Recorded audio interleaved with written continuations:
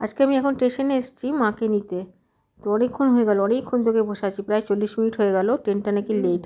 আর এই বাসগুলো এই দিক থেকে যায় না, কিন্তু দেখো আজকে আবার দেখছি বাসগুলো এই দিক থেকে যাচ্ছে। আর লোকটা যখন দেখছে যে বাসটা যাচ্ছে সরে যা, না, ঘেসেই দাঁড়িয়ে আছে। ধাক্কা মেরে দিলে তখন বাসের দোষ।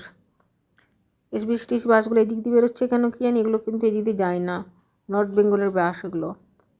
তো বসে বসে দেখছি। আর ওই যে ওইদিকে আমি গাড়ি রেখে এসেছি, অনেকক্ষণ থেকে বসে আছি, কেউ যাচ্ছে কেউ আসছে।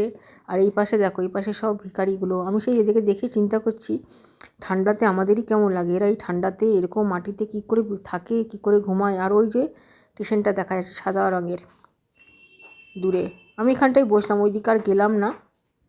মাকে ফোন করে বলে দিয়েছি যে তুমি সামনে দিয়ে এই দিক দিয়ে আসো, তাহলেই আমাকে দেখতে পাবে। আর এই দিকটা সোজা চলে গেলে তো আমাদের বাস স্ট্যান্ডটা, এখান থেকে সব জায়গারই বাস মোটামুটি ছাড়ে।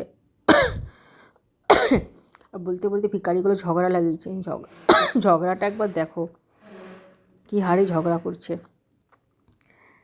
বেশ মজা লাগছে এখানে বসে বসে না, ওদের রান্না দেখলাম। অনেকক্ষণ ধরে বসে আছি তো, কাঠ ঠাট জেলে, ওই যে ওই পাশে বুড়িটাও কাঠ জেলে ভাত মাত কী সব রান্না করলো, তারপর খেলো, ওই পানি হাত ধুলো। ওদের মানে কেমন লাগছিলো যেন ওদের মানে দেখে। এই যে মা আসছে বলতে বলতে, অনেকক্ষণ ধরে বসে আছি। বাপরে বাপ, পাটা মনে হচ্ছে ঝিনঝিন লেগে গেল। এখন তো রিক্সা উঠে গেছে, রিক্সা দেখাই যায় না। এই যে মা